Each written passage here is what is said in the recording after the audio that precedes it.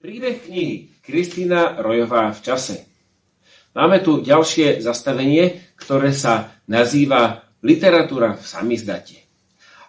Áno, Kristína Rojová počas 40 rokov komunizmu 1950 až 89 síce nežila, ale jej literatúra tiež nežila.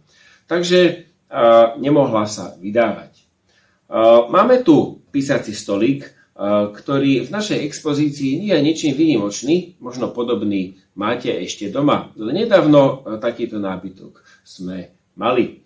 A je trošku vyšúchaný, trošku zaseknuté šuflíky má. A nie je to také pekné ako vyrezávaný drevený nábytok, čo sme mali v predchádzajúcom zastavení. A obdobie komunizmu je typické výstavou panelákov, sivou farbou, uniformitou a takzvanou architektúrou brutalizmu. A podobne násilný postoj a taký šedivý bol ku duchovným veciam.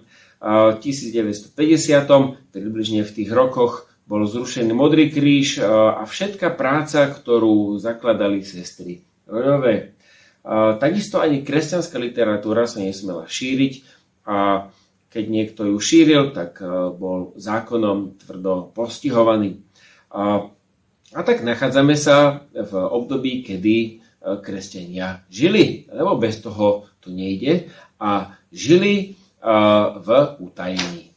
A príkladom toho je aj táto kniha, ktorú máme pred sebou. Je to kniha Kúzlo otčiny, nevydaný román Kristíny Rojovej. Doteraz nebol vydaný a viacej kusov je prepísaných na písacom stroji na bielom, tzv. Prieklepovom papieri. Áno, takýmto štýlom sa šírila literatúra. V Starej Turej boli niekoľkí nasledovníci Kristíny Rojovej. Medzi nich patril napríklad Ivan Valenta, potomok jedného zo zakladateľov Modrého kríža. Ivan Valenta bol učiteľ hudobnej výchovy. Ivan Valenta bol aj chvíľu laickým kazateľom tunajšej cirkvi bratskej. No a tento písací stroj bol jeho majetkom. Prečo tu ten písací stroj máme? Pretože na ňom konkrétne sa prepisovali aj niekoľko diel Kristíny Rojovej, potajomky, a samozrejme množstvo kresťanskej literatúry, niekoľko katolických časopisov, undergroundových a takýchto samizdatových vecí. Tento písací stroj má svoj vlastný príbeh. Bol vyrobený roku 1960 v Spojených štátoch v Amerike, čiže u nepriateľa.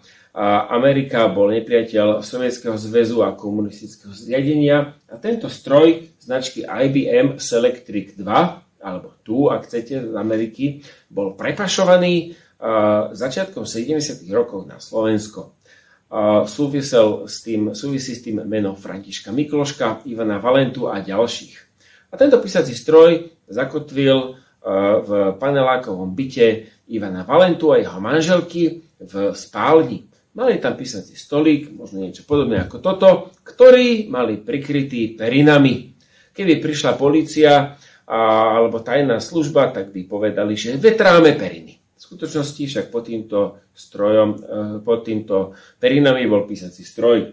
Tento písací stroj je veľmi moderný, je elektrický a v Československu bolo možno len 4-5 takýchto písacích strojov, väčšinou na ministerstvách a jeden na Starej Turej.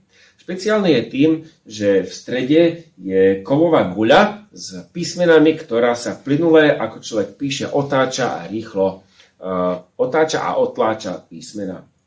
Ivan Valenta ako hudobník vedel ako na to. Mám tu pri sebe puzdro na akordeón.